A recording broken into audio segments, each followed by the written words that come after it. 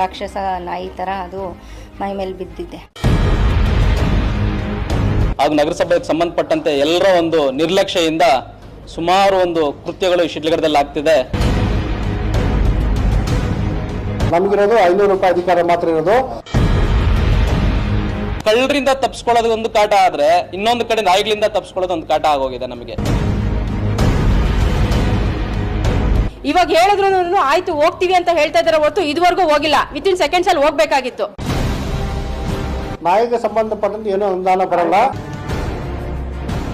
ಕತ್ತಲ ರಾತ್ರಿಯಲ್ಲಿ ಇದ್ದಕ್ಕಿದ್ದಂತೆ ರಾಕ್ಷಸ ನಾಯಿ ಮೈ ಮೇಲೆ ಎರಗಿದೆ. ಒಂದೇ ಕ್ಷಣದಲ್ಲಿ ಅಂಗೈ ಹಿಡಿದು ಜಗಿದು ತಿಂದಿದೆ. ಅಯ್ಯೋ ಇದೇನಾಗ್ತಿದೆ ಅಂತ ತಿಳ್ಕೊಳ್ಳೋಷ್ಟೊಳಗೆ ರಕ್ತ ಹರಿದು ಬಂದಿದೆ. ಒಂಟಿ ಮಹಿಳೆ ರಸ್ತೆಯಲ್ಲಿ ಹೋಗುವಾಗ ನಡೆದಿರೋ ಈ ಘಟನೆಯಿಂದ ಜನ ಕಂಗಾಲಾಗಿದ್ದಾರೆ.